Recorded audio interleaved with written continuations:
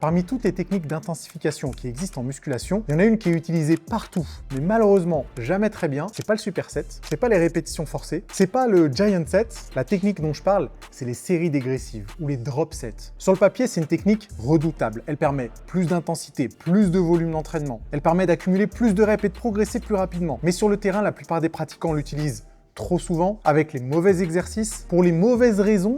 Et tout ça, ça peut freiner leur progression. Dans cette vidéo, on va voir à quel moment les séries dégressives sont vraiment efficaces et surtout comment les utiliser intelligemment pour améliorer ses performances, pour prendre du muscle, le tout sans saboter votre récupération. Bonjour à tous, je m'appelle Nassim, je suis coach sportif et je suis le fondateur des programmes Fitmass. Les programmes Fitmass, c'est pour tout le monde. Que vous vouliez prendre du muscle, perdre du gras, que vous soyez un homme ou une femme, débutant ou expérimenté, il y a tout ce qu'il vous faut sur la boutique Fitmass. Que ce soit Superset pour métamorphoser votre physique en 7 semaines, VRT pour prendre un maximum de muscle avec une programmation d'entraînement qui est typée hypertrophie, le programme Starter pour les débutants ou même Fitmass Builder qui vous permet de créer votre propre programme. Vous trouverez sûrement ce qu'il vous faut. Pour ça, je vous laisse le premier lien dans la description pour aller visiter la boutique Fitmass et profiter des promos du moment avec le code YouTube20. Donc après cette vidéo, vous cliquez sur le premier lien et vous allez faire vos petits achats sur la boutique Fitmass. Les séries dégressives, qu'est-ce que c'est? Concrètement, c'est le fait de continuer une série après être arrivé à l'échec. Petit exemple, vous vous êtes programmé une série de 10 répétitions aux élévations latérales avec des haltères. La série dégressive voudrait qu'à la fin des 10 répétitions, vous réduisiez la charge de travail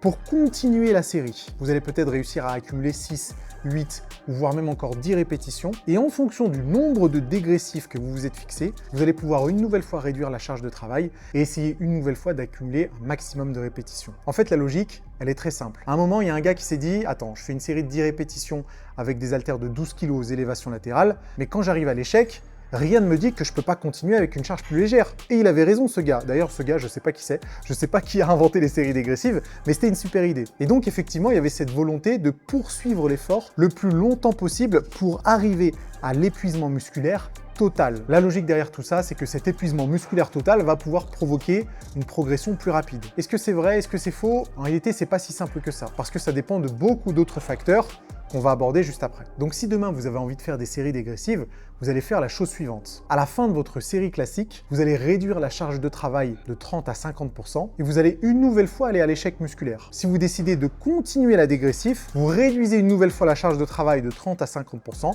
vous faites encore une fois un maximum de répétitions. Et en fait, les dégressifs, on peut les faire à l'infini, même si typiquement on recommande 1 à 2 dégressifs, c'est-à-dire une série classique, un dégressif, plus un deuxième dégressif. Ça fait 2 dégressifs. C'est le format que j'utilise le plus souvent personnellement et c'est le format qu'on peut voir apparaître dans mes différents programmes de musculation. Les avantages, ils sont très clairs. Ça va être d'augmenter le volume d'entraînement.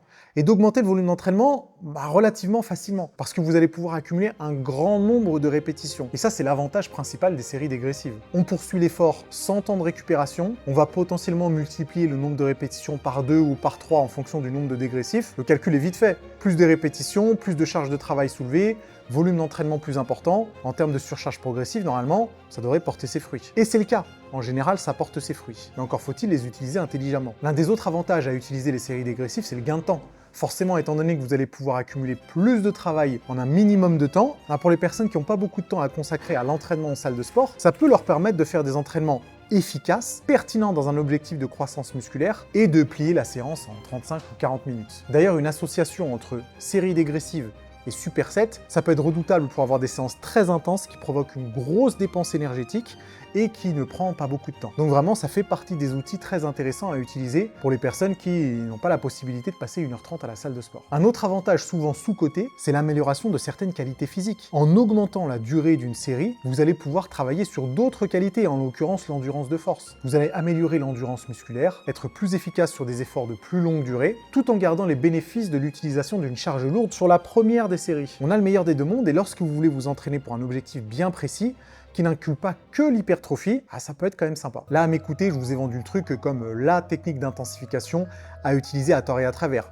Évidemment, ce n'est pas le cas, parce qu'il y a toujours des limites. comme toutes les techniques d'intensification. On ne peut pas les poncer à chacune des séances et espérer continuer à progresser de semaine en semaine et de mois en mois. Les séries dégressives, malheureusement ou heureusement d'ailleurs, c'est quelque chose d'assez taxant en termes de récupération. Forcément, vous allez accumuler les répétitions avec une charge de travail de plus en plus basse dans l'espoir d'arriver à l'épuisement musculaire total. Ça ne peut être que fatigant. Vous savez que la fatigue, c'est ni bon ni mauvais, il faut juste savoir l'utiliser et savoir l'organiser pour que ça génère de la progression et non pas de la stagnation, de la régression ou même des blessures. Donc les séries dégressives, c'est vraiment à saupoudrer sur une séance de musculation. Ce n'est surtout pas d'ailleurs à utiliser à chacun des exercices, sauf si vous passez par une phase d'entraînement qui est très spécifique, mais en général 2 séries dégressives à la fin de l'entraînement d'un groupe musculaire, c'est déjà largement assez. Ça veut dire quoi concrètement ? Si vous avez un format d'entraînement push-pull legs et que sur la séance push, vous allez travailler pectoraux, une partie des deltoïdes et les triceps, eh bien une utilisation intelligente des séries dégressives voudrait que vous fassiez du dégressif à la fin de vos exercices pectoraux, dégressif éventuellement à la fin de vos exercices deltoïdes et dégressif éventuellement à la fin de vos exercices triceps. Pourquoi je dis éventuellement ? Parce qu'en général, on ne les utilise pas sur tous les groupes musculaires et sur tous les exercices. On va utiliser les séries dégressives sur les groupes musculaires dont on a besoin de progresser un peu plus rapidement que les autres. Si vous êtes satisfait du développement de vos pectoraux ou de vos dorsaux, ça n'a pas grand intérêt de rajouter des séries dégressives par-dessus ça.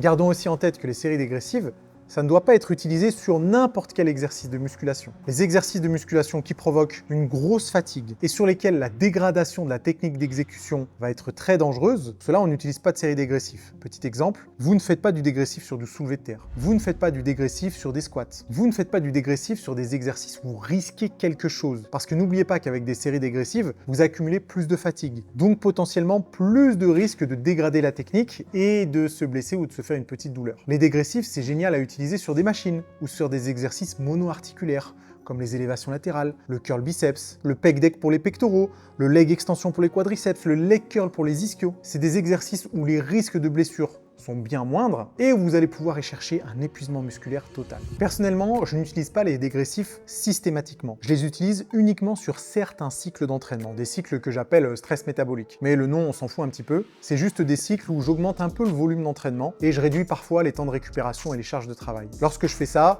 j'utilise des exercices sur le dernier exercice de chaque groupe musculaire et je le fais sur chaque séance pendant une certaine durée, typiquement de 4 à 6 semaines. Donc par exemple, si j'ai un format d'entraînement pec dos, épaules-bras et jambes, je vais faire des dégressifs sur le dernier exercice pec, qui sera par exemple du pec deck, le dernier exercice dos, qui sera par exemple du pull-over à la poulie. Ça me permet de finir une séance en accumulant plus de volume d'entraînement. Et d'ailleurs, je fais la même chose avec des supersets, mais en général sur un autre cycle d'entraînement. Ça me permet de dissocier les techniques d'intensification et vraiment d'identifier laquelle sera efficace et laquelle sera un peu moins. C'est vraiment quelque chose que je vous recommande d'essayer. Donc si ce n'est pas le cas, faites-le dans votre prochaine programmation d'entraînement. Et si vous ne savez pas comment vous y prendre, vous allez sur la boutique Fitmass, vous commandez l'un des programmes et vous serez guidé de A à Z pour être sûr de bien les utiliser. N'hésitez pas à me dire dans les commentaires si vous utilisez les dégressifs et si vous le faites comme je vous l'ai conseillé, c'est-à-dire avec parcimonie sur certains exercices bien précis. Si ce n'est pas le cas, il n'est pas trop tard pour changer vos habitudes ou m'expliquer pourquoi vous procédez de cette façon pour qu'on puisse identifier si c'est pertinent ou non. Vous pouvez retrouver une autre vidéo de la chaîne Fitmass qui s'affiche juste ici. Si vous ne l'avez pas visionnée, allez vite le faire, je suis sûr qu'il y aura des conseils très précieux.